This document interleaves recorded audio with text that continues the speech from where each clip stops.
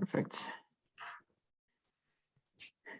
Yeah, we'll speak about it in a second, but we're joined today by Ben from Viper. So we have a very interesting webinar on innovation in the consumer goods industry and how the future of market insights and innovation will look and can look with Viper and Buynomics. So I think quite an interesting synergy here between our hosts Ben and Ingo today. And yeah, really looking forward to hosting this session. Yeah, let's give a few more minutes to our participants to join. I think we have some people from the LinkedIn webinar who need to register before they join, so we'll give them some more time. But let's start at 3 p.m. sharp. Okay. Ingo, do you want to flip to the next chart? Yep. I see already a question from Arthur in the chat, and he's asking, will the PowerPoint be shared later after the webinar? And yeah, we're happy to share it. I'll make a note of that. We'll share it in the email afterwards, and feel free to ask any questions in the chat, and I'll mention them to both of our hosts at the end. Cool. So today we have our guest speaker, Ben, the founder and CEO of Viper. He's a serial entrepreneur with 20 years of experience in the consumer goods industry. Ingo, the founder of Buynomics, as you know from the other webinars, has extensive experience in pricing and revenue management, also developed the Buynomics method. And Paul, I will be kind of giving the intro and moderation of this meeting, and also on the sales side of Buynomics. Can we go to the next slide? Yes, just so you know who's speaking today, both founders will kind of give you an intro on their companies, but Viper is a comprehensive market research research firm that delivers answers faster than anyone else and allows better, more effective innovation. And we'll see how that works specifically in the section where Ben will be speaking. And Buynomics is a comprehensive market forecasting platform, which also delivers insights in minutes. And you can, work on your comprehensive portfolio optimization with the solution. And we'll kind of give you an idea of how to do that in a second. But I think I'll hand it over here to Ingo. You're going to explain a little bit about innovation and why it's important before we dive deeper into the content. Perfect. Thanks, Paul. And also from my side, thank you, Ben, for participating in this joint webinar here. Innovation is a difficult topic, and we're very happy to have an expert on the subject matter. And we're very happy to provide the context for your insights on innovation, and particularly, and that's, I think, where our solutions, or we fit together very nicely, is how to then commercialize innovations and how to best use them for your revenue management, particularly, and understand how they impact your business.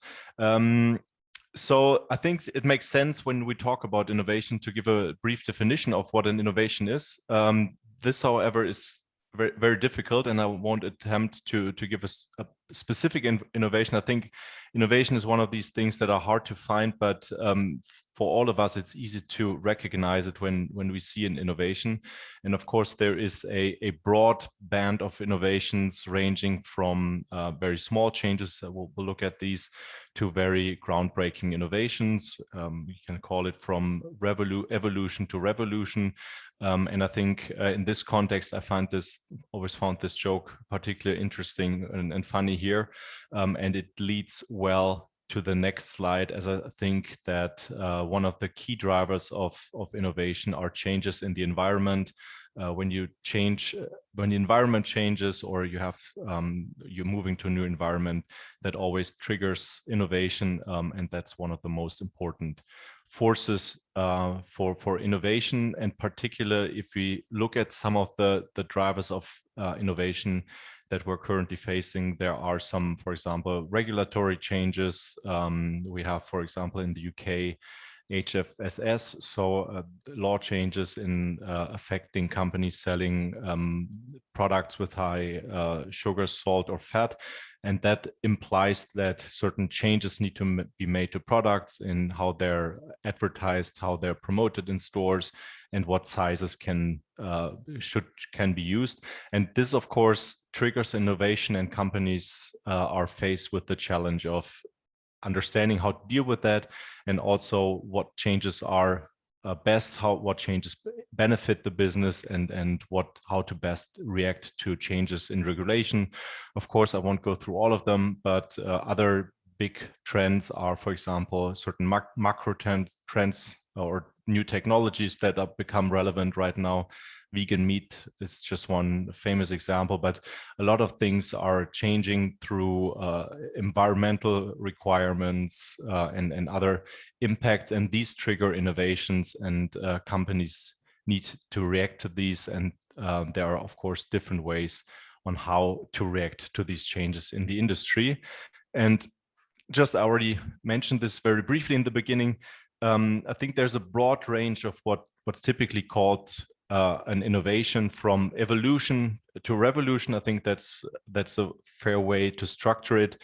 From simple inter or extrapolation of certain attributes in your products, think of bigger sizes, more products bundled together, these type of things, to adding new attributes, a new flavor, for example, or expanding the range of a target group. For example, when you have specific products for specific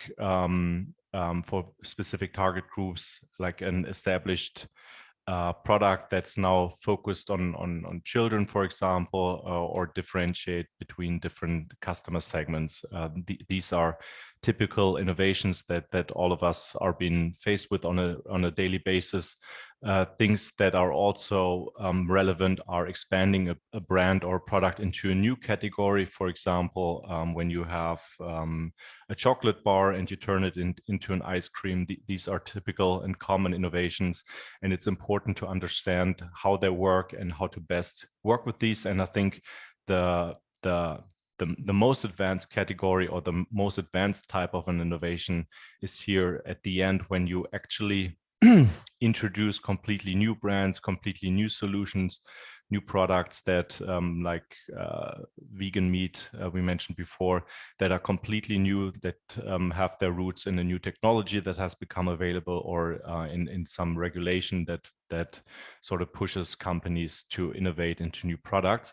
And I think these are the most advanced types of innovation. And I think and I always find this very important to understand, that even the biggest innovations that we have, and I think the iPhone is certainly among the biggest innovations in the past decades, even these largest innovations are essentially, and to a large extent, made up of existing attributes. So the way that when you go back, or when you've seen the presentation back then by Steve Jobs of the first iPhone, the way he positioned it is essentially as an iPod, a phone, and internet integrated into one device. So the iPhone consisted of known and established attributes that were just essentially repackaged into one product. That sounds simple, but of course, getting this done is a huge achievement, and was made possible by new technologies that were available. But I think it's important to understand that even something as advanced as the iPhone is essentially a recombination of existing attributes. And even if you don't have to take my word for it, but I think in Steve's own words, the way they positioned it is essentially as an iPod plus a smartphone together with some new features, video, and so on. And that's why it was essentially priced initially as the sum of an iPod and a smartphone. So I think this is important to know. So an innovation, and particular successful innovations, they are not something that's completely on a different planet, but it's something that's close to the base and consisting mostly of existing parameters. And to understand how a new innovation or an innovation will affect your business, it helps a lot to understand how the attributes and value drivers that an innovation consists mostly of, like in your products, if you have an understanding how different pack sizes work, how different tastes work, how different packagings work. And if your innovation consists of these elements plus 1 or 2 new features, then it makes a lot of sense to understand the impact of the new product based on your knowledge of these existing features, plus an understanding of the new features. And this is, from our point of view, the proper way to understand innovations, understand the existing features that the product consists of, and then integrate the new features that turn the existing products into a innovation. And I think before I hand over to Ben, just two more thoughts. And from our understanding is that the traditional process in which these products are developed with long market research, customer studies, long conjoint studies that take from end to end 3, 4, 5, 6 months with long development cycles, that's a process that doesn't best suit the needs of our current times, where we have the ability with other technologies to have much faster cycles. And I think the key limitations of such a process is because it takes so long that many of the insights that were gathered in the beginning become outdated towards the end.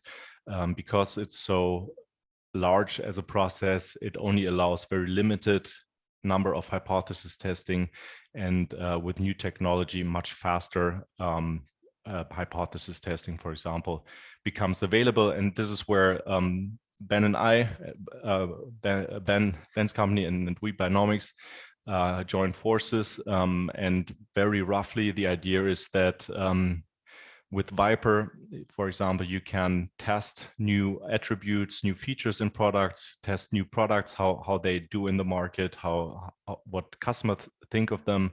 And then the idea is with the Buynomics solution, you can then test this new product in its relevant environment. So when you integrate an innovation into an existing portfolio of products, of course, there will be cannibalization, and using our platform, you can test how that will affect your sales, your revenue, profitability, and so on. And one of the features is that once it's in the software, of course, you have essentially zero marginal cost. And you can test millions of hypotheses, how you position a product, how you price it, how you package it, and so on, and get an understanding of what works best and is most profitable in your environment. And now to better understand how to work with specific innovations, I'll hand over to Ben, and I'm very excited about your ideas. Thank you, Ingo. Yeah, very, very interesting introduction. What I'm going to talk about specifically today is what we term Agile innovation. Just very briefly, in terms of background on me, for those that don't know me. So I'm the founder of Viper, started it in 2014, but my background was as a buyer at 2 of the main supermarket chains in the UK, Sainsbury's and the Co-op, who are the main convenience retailer in the UK. So I'm not an insight guy by background. I'm a retail guy, and I really started Viper with the view to improving the innovation process through the introduction of consumer insights. Viper is a technology platform, and we take consumer insight, which we call consumer intelligence, and apply it to the innovation process. So the theory that the hypothesis and theory that we have with Agile innovation, and this was outlined in the book that I wrote earlier this year on this topic, is how can innovation outcomes be improved if we introduce predictive data throughout the innovation process? Ingo, if you move to the next slide, as we'll see, one of the principal issues that we see across retail and CPG in terms of the innovation is that the overall performance of innovation is quite poor.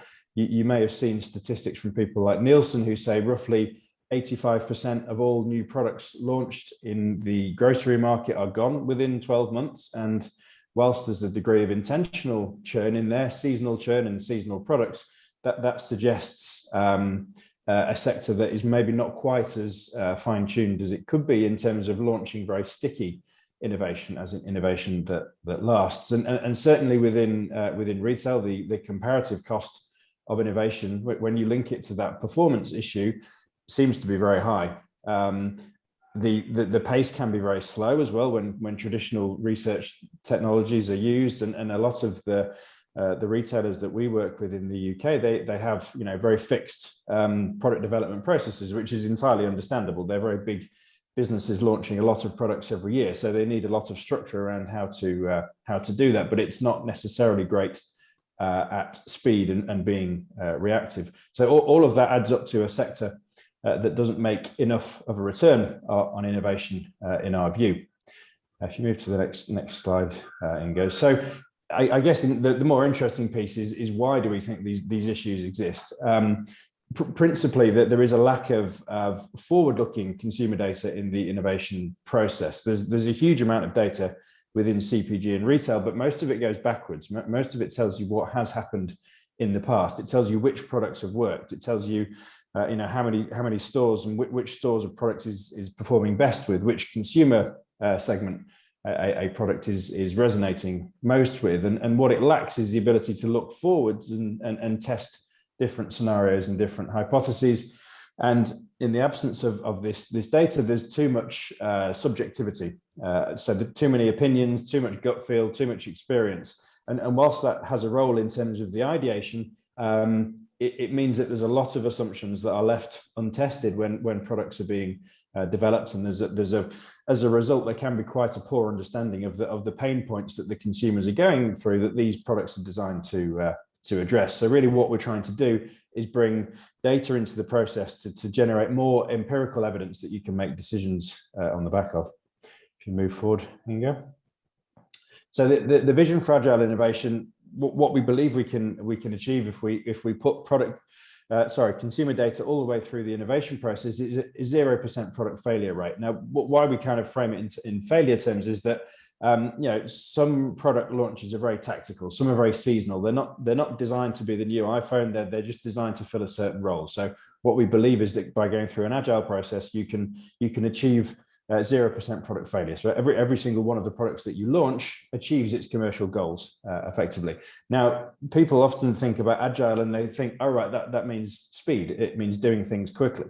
That's not necessarily the case, but operating at speed and making quick decisions can certainly be a byproduct of an agile process. But really the principle within there is putting data at all of the key decision points as you go through principally the early to mid stages of the product development process. You can go if you move forward. So some of the key principles about how to use the data, I'll talk about this a little more in a moment. In the book, I talked about this concept of beginning to act like a scientist. So you have a hypothesis and you figure out a way to test it effectively.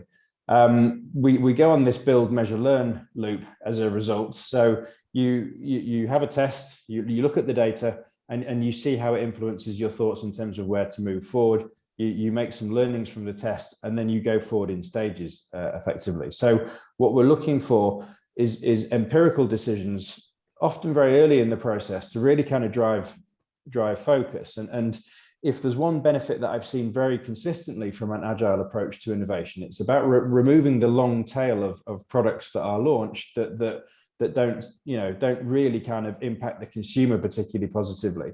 So we're looking to kind of remove those concepts, those ideas that teams have to spend time developing, but that just aren't going to resonate when they reach market. If you can, move from launching 100 products to having 5 successful products to just launching 50 products and having the same 5 successful products, that actually has a transformational impact on profit, on time, on the energy of the team. So that's what we're trying to achieve. So we have this approach of design first, develop second. So what we mean by that is design product concepts completely digitally. So just using testing platforms, using kind of product concepts, using a minimum viable product approach. And once you've got a product concept that looks to be resonating with the consumers in the channel that you're targeting, then you incur the cost of development. Then you do the physical work to really bring that product to market. So these are some of the key principles that we talk to our clients about when we're doing agile innovation projects. Next slide, Inga. So I mentioned the approach of a scientist. I think it's really important, and it seems to resonate with most people that we talk to. So it does require a little bit of a change in mindset, and really it's about having a series of hypotheses every time that you're launching an individual product or a range of products, but then being, I guess, kind of confident enough to set up an experiment and testing it and actually looking at the data and seeing what you can learn from the data, because it may be that it's not necessarily a binary, yes, you should do this, no, you shouldn't, but there may be, particular consumer segments who a product has really resonated with. There may be particular elements of there might be claims that you're making on pack or something about the product title that's resonating with a particular consumer segment. So you can then therefore kind of double your focus on that learning and build another hypothesis and test it again. So you go on this cyclical approach. You're always trying to move forward. You're not just going around in circles. You're trying to move forward at every single step. But you have a series of success criteria that enable you to go forward in a really focused learning environment. And I think the next slide hopefully brings this to life. I mean, I've spoken to a lot of product development and innovation people over the last 10 or 15 years, and there still seems to be this belief that they're capable of having these amazing, what in English we would term an aha moment, where you make a big step forward and you have a light bulb moment and a great idea, and you bring that to market, and it really just shifts the whole category forward. Yes, they do exist, but they're certainly the exception that proves the rule. And really with Agile, it's less glamorous, but what we're trying to do is have these very small increments of learning that push forward your understanding and enable you to gain 1% on every single test, so that by the time you've gone through a rigorous process of testing and learning and testing and learning, and you're ready to fully develop a product, you've really optimized every possible element of it. So you've looked at the price point, you've looked at how it performs versus the potential competitive products. You've optimized the packaging design. You've looked at the keywords on pack. You've really kind of focused on the actual formulation of the product to make sure that you're not including any ingredients that are unnecessary or polarizing to the consumer. So you're really kind of stress testing as vigorously as you can at the start of the innovation process, and then you reach a point where you're very confident that it's going to have a positive impact on the category, and you move forward to the full development process from there. Next slide, Inga. So, some of the testing principles I think are reasonably key. This is not about kind of taking a traditional research approach and just doing it on a technology platform. It's about acting almost as I've mentioned the word scientist, but software developer is a good analogy as well. You're having these kind of daily tests that you're running on projects and features that you're working on to really kind of move them forward. So you test very early, you test from day one, you test everything, you test very consistently. And it's not just about kind of testing the whole concept, it's about testing the individual granular elements of the particular proposition. You're always using benchmarks, so you're comparing against different products that these new concepts might be sat next to on shelf. And we use lots of A/B testing principles as well, which come from the software development circles.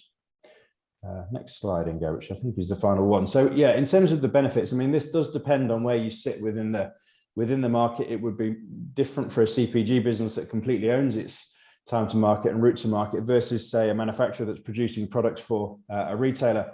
But certainly individually, we've seen some very big impacts in terms of agile innovation projects that we've run. Speed to market can be significantly improved. As I said, that's not the fundamental objective of agile, but it's a byproduct. We can be much more efficient in terms of the impact that it has on an innovation process just through making these data-led decisions. But overall, what we're looking for is that impact on the profitability that you're making from the innovation. I'm mindful of time. I think I've just about kept to time, so I'm going to hand back to Ingo at that point and see if we have time for questions. Perfect. Thanks very much, Ben, for your part. My pleasure. Thank you. You missed the last slide.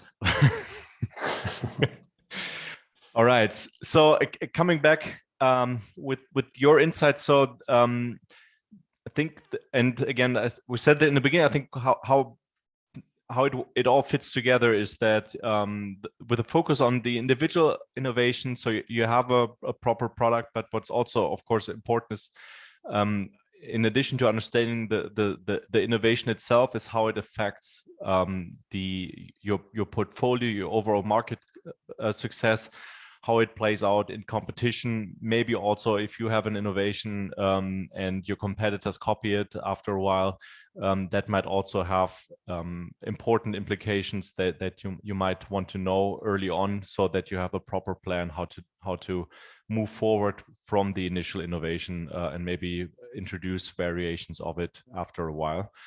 And I think that's and this is, I think, the only sales slide that we have on our solution. This is where we would come in. So I hope most of you already have an understanding of or are aware of the Buynomics solution. Buynomics is a SaaS solution, an online tool that allows you to simulate how changes that you do in your pricing, in your product configuration, or if you have an innovation that you introduce into a market, to understand how that will affect your sales, your revenue, your profitability, and so on. And we do this with high accuracy. We've proven that in a large number of different types of tests with a large number of different customers. And it allows you, once it's set up, to have essentially instant insights into how changes in pricing, how changes in your products affect your KPIs.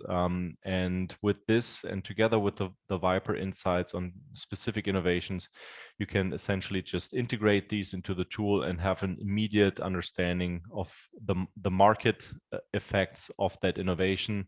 For example, how it cannibalizes your existing portfolio, so you understand. So when you have introduced an innovation, where do sales come from? Do they come from your other products, maybe more profitable or less profitable own products? Do they come from your competitors, or are you reaching out to completely new customers? All of this is very crucial for the success of an innovation, and it can be understood exactly and in real time with the Buynomics solution. Thank you very much. I think that's what we wanted to say today in the webinar. We have a couple of minutes left for Q&A, and we're very keen in understanding your questions and answering them.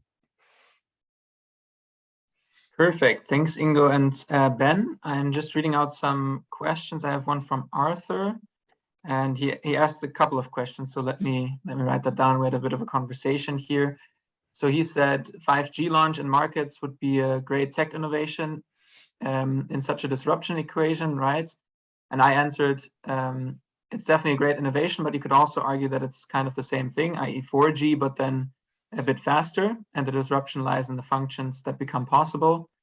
And he says, true, new attributes over IoT might bring to table new insights and developments and machine learning approaches and targeting unthought behaviors and challenges. Maybe one of you can speak a little bit about kind of unintended secondary consequences of innovations that might only take something one step further. Ingo mentioned the iPhone example, but I think we can think of a lot of other examples where maybe something existing has just been brought to a level where it now unleashes an entire new suite of solutions that are possible. Any thoughts on that in the consumer space, Ben? Is that anything you've come across?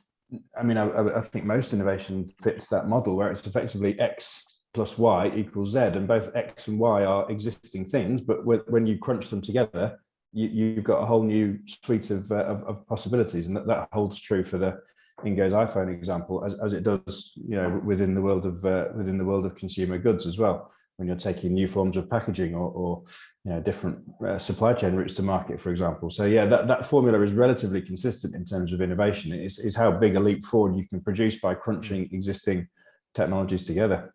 Yeah, just to add on that, first on the iPhone, then on the 5G is so in the original iPhone, apps weren't a big thing. So they only had their own apps. They weren't enough to populate the home screen. Also in the presentation, they talked about apps, but they're very, very few. And I think at the time it was difficult to anticipate how big a role they would play eventually. And the same with 5G. We're working with telco companies, and in market research, 5G, I would say, is not doing too well. People don't really understand it. It's just a little bit faster. I think for most people living in cities with good internet, wireless internet, they don't see too much of the challenge. So it gets very little extra willingness to pay over the current standard, but it might. And I think that's going to be the bigger story. Once it's in place, it will show that it's quite a different thing. In automotive, for example, a famous example is the heads-up display. People initially didn't want to buy it, but once they had it, they didn't want to give it away anymore. So there are many innovations that are initially difficult to understand for customers what the benefit is. I think Ford said, if you ask people, they will say they want faster horses, but to some extent it becomes apparent after a while. But on the other hand, many of the innovations, in not the very large ones like having apps on your phone, of the nature where people have an understanding of how they will affect them. And you can use their insights on to improve your products. I think we're running a bit over time, so I want to take 1 more minute to go to the next slide, Ingo. So we have an upcoming webinar in December on pricing strategy for 2022. So kind of the things you have to prepare, and also kind of a Christmas special on myths and fairy tales. So kind of the wrong assumptions in pricing and revenue management. And if you go to the next slide, I think Ben also has an upcoming Agile Innovation Summit. We'll send the invite out to everyone that registered today. So I think we had quite a lot of registrants, and hopefully we'll see some of you at the Innovation Summit. Ben, do you kind of want to tell us a bit more about what to expect there? Yeah, it's we're trying to kind of make it case study based. So we've got a couple of clients of Viper, one of which is GSK, talking about their journey to embracing agile innovation. Some of being very open with the challenges that they face, and certainly GSK talking about how they embrace agile, not just agile innovation, but agile technologies as a very, very large global corporate. What are the challenges to kind of bring that level of change to a business like that? So hopefully it should be really interesting, very relevant. Sounds great. Thanks, Ben. Again, you'll get that invitation and the one for the next webinar as well by email. You'll also receive a recording of this webinar in case you missed it. So yeah, looking forward to seeing everyone next week. And thanks, Ben, and Ingo for hosting. Thanks all, and have a great weekend. Cheers. Have a great weekend. Bye. Bye.